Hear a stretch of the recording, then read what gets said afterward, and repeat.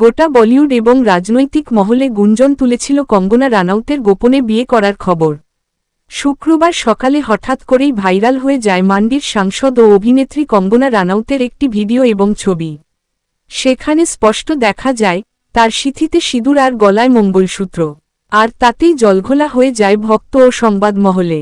প্রশ্ন ওঠে, সত্যিই কি বলিউড কুইন খ্যাত এই অভিনেত্রী কারো সঙ্গে গোপনে বিয়ে করেছেন?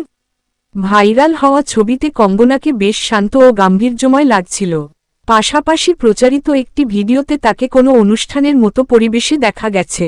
ছবি ছড়িয়ে পড়তেই শুরু হয় জল্পনার পারদ চড়ানো।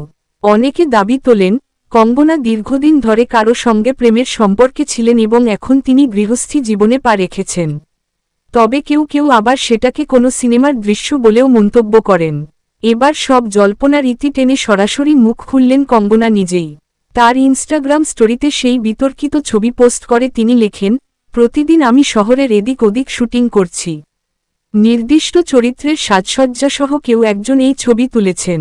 আর তারপর থেকে আমার কাছে পরপর ফোন আসছে, গোপনে বিয়ে করেছি নাকি। কঙ্গনা আরও জানান, তিনি বর্তমানে একটি সিনেমার শুটিংয়ে ব্যস্ত, যেখানে তার চরিত্রের আবশ্যিক অঙ্গ হিসেবে সিঁদুর ও মঙ্গলসূত্র পরতে হচ্ছে। এটা আমার ব্যক্তিগত জীবন নয়, পেশাদার কাজের অংশ মাত্র, বলেন অভিনেত্রী। কঙ্গনার এই সাফ জবাব দিতেই অনেকটা থামে গুঞ্জন। তবে অনেকে এখনও নাকচ করে দিতে পারছেন না সন্দেহ। কারণ কঙ্গনা আগেও একাধিকবার ব্যক্তিগত জীবন নিয়ে গোপনীয়তা বজায় রেখেছেন। তিনি কখনো প্রকাশ্যে প্রেমের সম্পর্ক স্বীকার করেননি। সেসব বিবেচনায় কিছু ভক্তের মতে আপাতত কঙ্গনার কথাই বিশ্বাস করা উচিত।